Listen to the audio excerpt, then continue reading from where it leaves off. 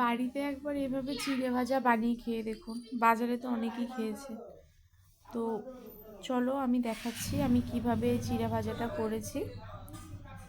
এবার কড়াইয়ের মধ্যে যে চিড়েটা হয় সাদা, সেটা দিয়ে দিয়েছি।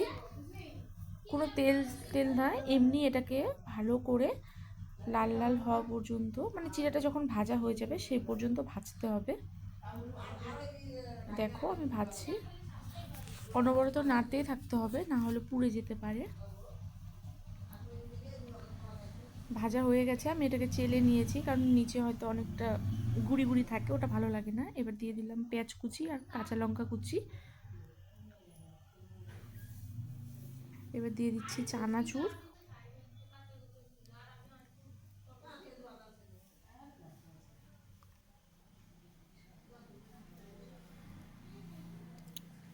আমি একবার ব্যাঙ্গালোরে গিয়েছিলাম 2023, তখন ট্রেনে আসার সময় একটা চিড়া ভাজা খেয়েছিলাম, এরকম হোমমেড একটা কাকু খাইয়েছিল।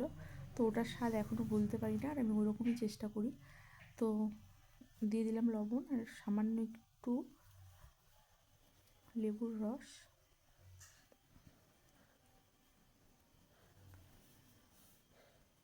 এবার দিয়ে দিচ্ছি একটু চাট মশলা,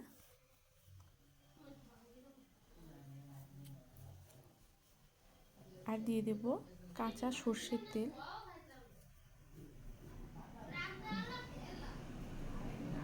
এবার এগুলোকে ভালো করে মেখে নেব। সত্যি আমার যা ভালো লেগেছে এই জিরা ভাজাটা।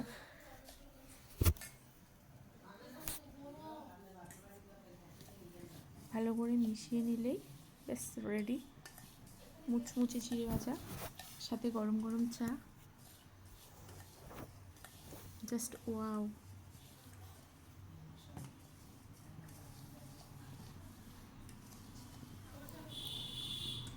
কে কে খেতে ভালোবাসো বা কার কার দেখে খেতে ইচ্ছে করেছে একটু বলবে।